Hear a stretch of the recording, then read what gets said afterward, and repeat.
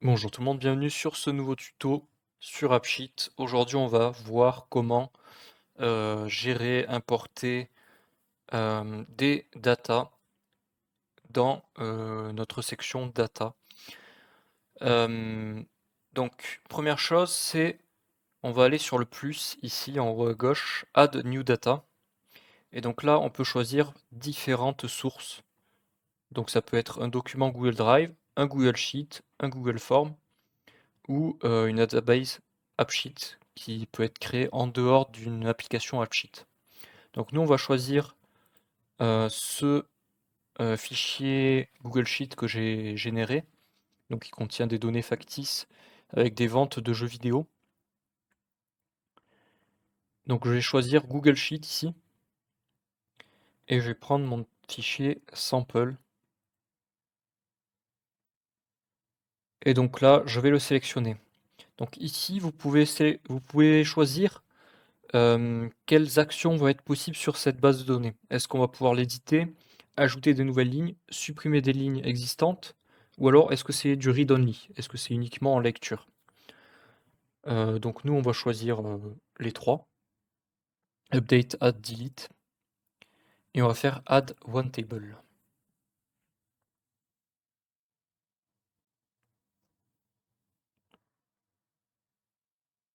Donc je vais supprimer cette table, hein, qui était la table qui avait été générée par défaut avec mon application. On n'en a plus besoin.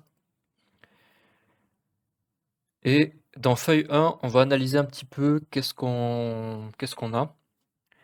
Donc première chose, j'ai row number en fait qui va correspondre au numéro de la ligne. Donc dans mon Google Sheet, j'ai ligne 1, ligne 2, ligne 3, etc.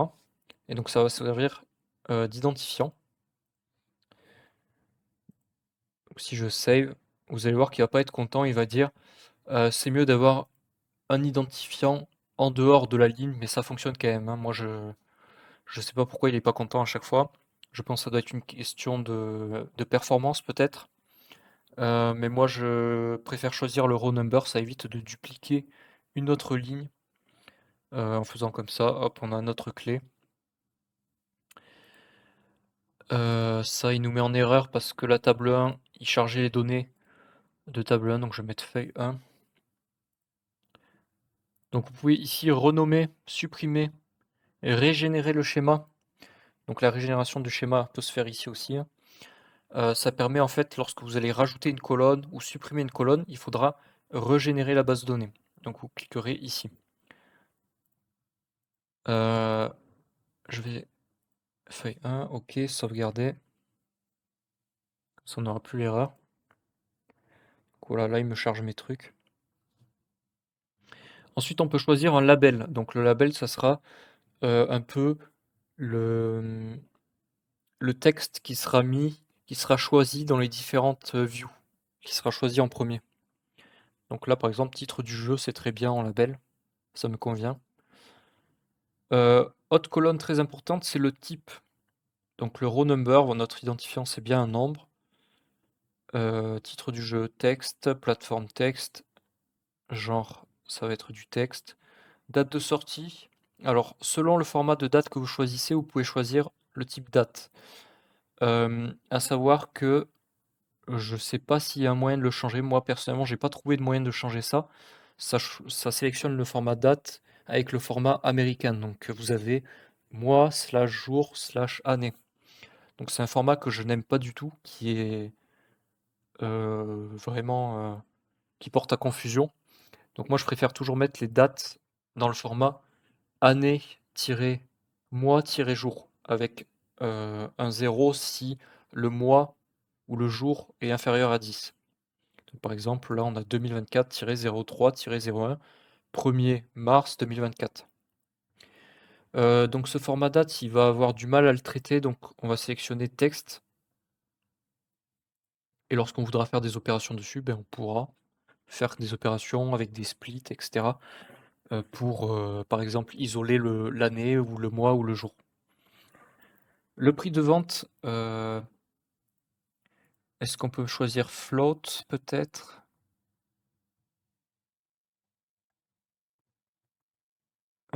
Percent number.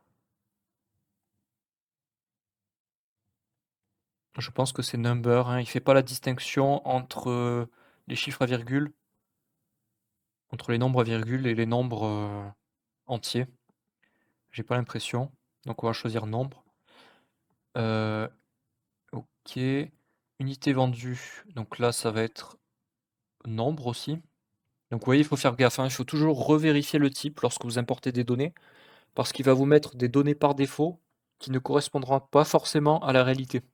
Là, vous voyez, unité vendue, c'est des nombres, et pourtant il me met type texte. Je sais pas pourquoi. Donc je vais choisir nombre ici. Revenu total, nombre, éditeur texte, note, note, ça peut être un nombre aussi. Number. Donc il y a un type qui est assez intéressant, qui s'appelle le type enum. Je vais peut-être pouvoir le choisir, par exemple, pour le genre, ou alors l'éditeur. Ouais, l'éditeur, c'est bien. On a studio indépendant, éditeur moyen et grand éditeur, vous voyez? Donc ce sont des données, des valeurs qui reviennent souvent. Donc lorsqu'on a des valeurs qui reviennent souvent, on peut utiliser le type enum.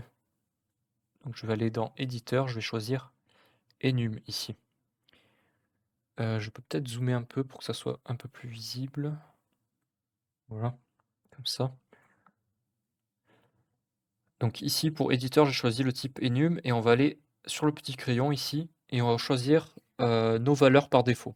Donc je vais faire add et je vais copier les différentes valeurs qu'on a. Donc studio indépendant, éditeur moyen et grand éditeur. Donc je vais rajouter hello other value. Ici, ça permettra d'insérer des nouvelles valeurs lorsque par exemple on fera un form pour ajouter des nouveaux jeux. Et input mode. Pour l'instant, on va pas trop s'attaquer à tout ça. On va laisser par défaut. Je vais faire done ici en haut. Et note number. Donc là, on a un type qui me paraît correct pour à peu près tout. Donc vous pouvez choisir de cacher une colonne si vous savez que vous n'allez pas l'utiliser. Donc éditable, c'est si elle est, si on peut la modifier. Donc nous, on va choisir de cocher tout, sauf le row number, hein, qu'on va cacher, qu'on va pas rendre éditable. Et require, ça, je sais pas exactement à quoi ça correspond. Moi, je le décoche en général. Et attention, dès que vous avez un type date, par défaut, il va vous mettre initial value today. Donc, je vous conseille de l'enlever. Ça évitera les erreurs. Et si vous voulez mettre la date par défaut à today, vous pouvez le laisser, bien sûr. Search, là, je sais pas pourquoi, par exemple, voilà, il oublie de m'en cocher un. Scan NFC, et après le reste, on va laisser comme ça. Donc, lorsque vous faites des modifications dans les datas, vous êtes obligé de sauvegarder pour que ça s'applique dans les views. Si vous modifiez des choses ici, que vous allez dans votre view, imaginons je rajoute une colonne, tant que j'aurai pas sauvegardé, ma colonne elle apparaîtra pas dans ma view. Voilà, très important. Autre chose qui est très intéressante dans les datas, c'est qu'on peut rajouter des colonnes virtuelles. Ces colonnes virtuelles peuvent être calculées. Donc par exemple là, peuvent être calculées dans le sens où, on peut mettre des valeurs par défaut, on peut mettre des valeurs à partir d'autres valeurs. Donc on va se faire par exemple là, une colonne virtuelle qui va être, l'argent généré. Donc vous voyez, là, il n'y a pas de colonne argent généré. Je vais faire le prix de vente fois le nombre d'unités vendues. Et on va avoir notre colonne virtuelle qu'on va appeler revenu, par exemple. Revenu. Et on va faire une petite formule très simple. Ça va être... Donc pour sélectionner la colonne, on fait crochet ouvrant, crochet fermant. Donc je vais choisir... Ah, j'ai déjà revenu total? Ah mince, ça existe déjà, j'avais pas fait gaffe. Du coup, elle est pas bonne ma colonne. Qu'est-ce qu'on peut faire? Date de sortie, unité vendue. Je réfléchis.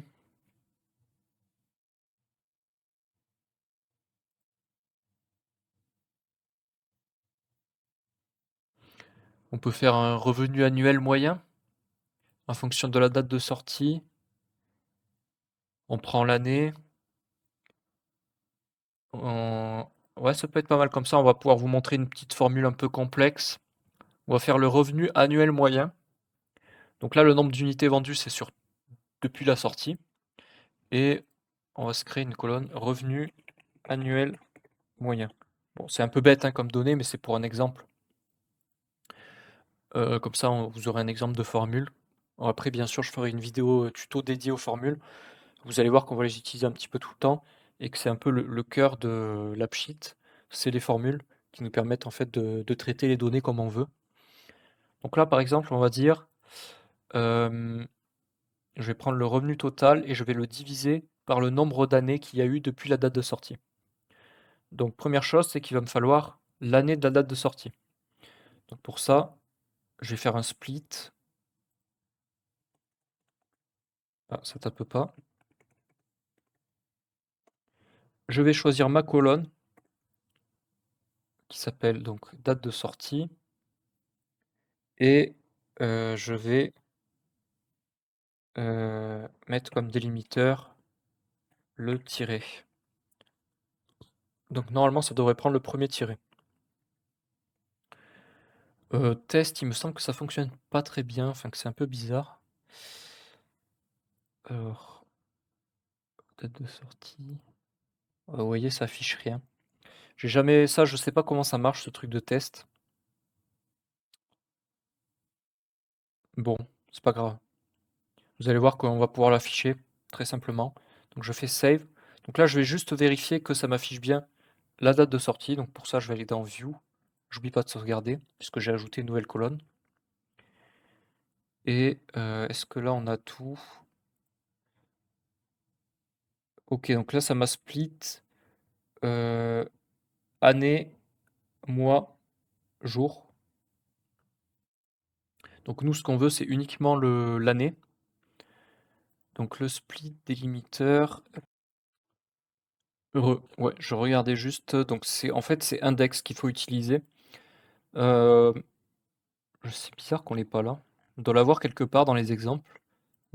Ah, mais c'est dans Other, voilà. Index, list to search, position of item. Ok, bah, c'est exactement ça. Donc je vais faire index, et là je vais aller là, virgule, et je vais mettre la position que je souhaite. Donc ça commence à 1, il me semble, ça commence pas à 0. Voilà, on va faire ça comme ça.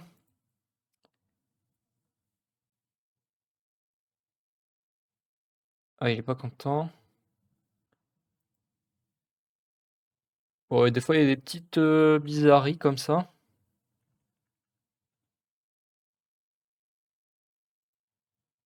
J'ai l'impression qu'il va me mettre en erreur. A priori non. Bah non, ça fonctionne. Donc ça fonctionne. Ok, donc là ça me renvoie bien la date. Ici, là on peut le voir, 2023. Du coup, maintenant, qu'est-ce que je vais faire? Je vais prendre la date d'aujourd'hui et je vais prendre l'année d'aujourd'hui. Donc pour ça, on va faire today, c'est la date courante, et je vais faire l'année, donc year, de today. Et on va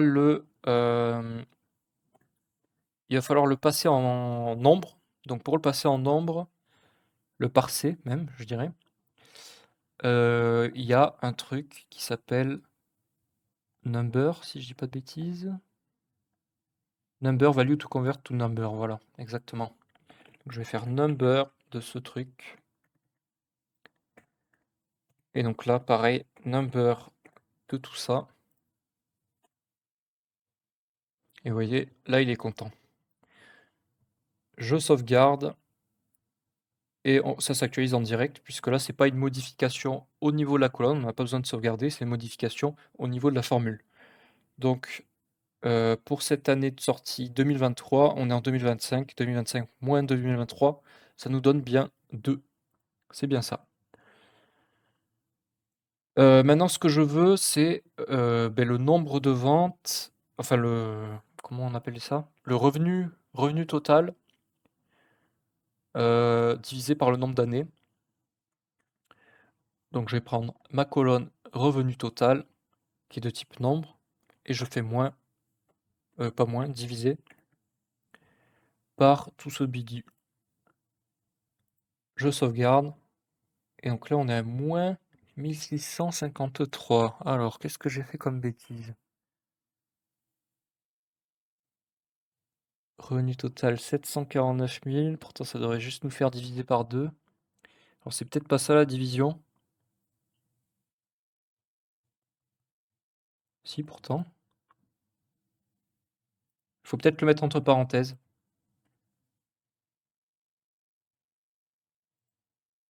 Ah voilà.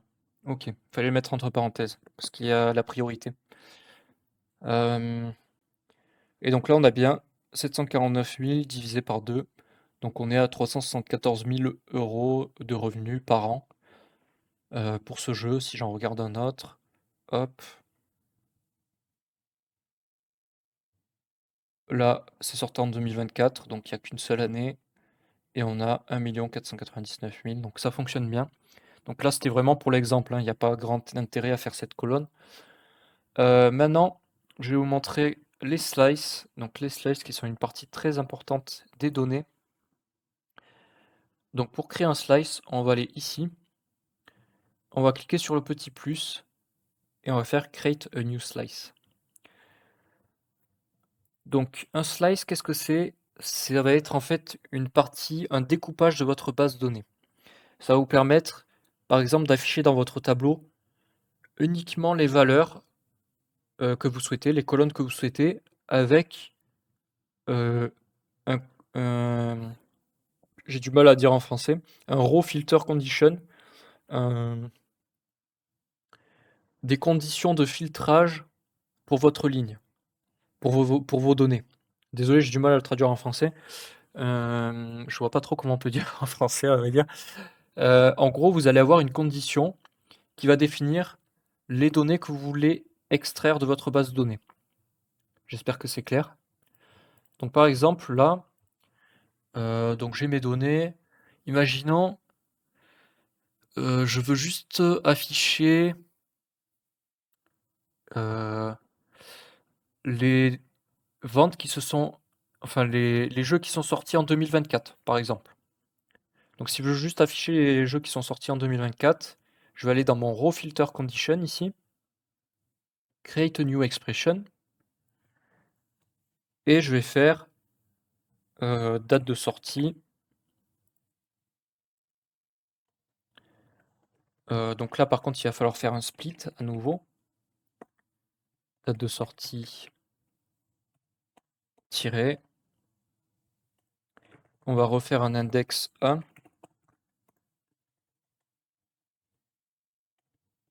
Peut-être qu'il va nous remettre en erreur, ouais, bon, c'est pas grave. Et on va dire égal 2024. Donc en faisant comme ça, j'aurai tous les jeux sortis en 2024. Donc on peut laisser toutes les infos, c'est pas bien grave. Game 2024 game, on va mettre. Donc un slice, quand je crée un new slice, c'est pareil que quand j'ajoute une colonne, il faut que je sauvegarde pour que ça apparaisse dans mes views. Une fois que ça c'est fait, je vais aller dans View et ici je vais modifier, je vais mettre 2024 game, ça va me sortir donc dans mon tableau uniquement, enfin dans ma view, parce que là c'est pas un tableau, c'est un deck, uniquement les jeux sortis en 2024. Vous voyez? Donc là on a Course Ultime 2024, Puzzle Mania, si je vérifie, Puzzle Mania 2024, Course Ultime 2024, 2024. Donc ça fonctionne bien. Dans les slices aussi, vous pouvez dire, est-ce que c'est une slice qui est... est-ce que les données sont éditables dans ma slice, en fait? Vous pouvez la passer en read-only, par exemple. Donc ça va permettre d'avoir une vue où les données qui sont dans ma vue ne sont pas éditables. Et action to in the slice, voilà, vous pouvez laisser auto-assign. Vous pouvez choisir delete, edit, add, qui sont les actions par défaut qui sont créées lorsque vous créez votre app sheet. Je pense qu'on a vu à peu près tout pour les datas. Je réfléchis.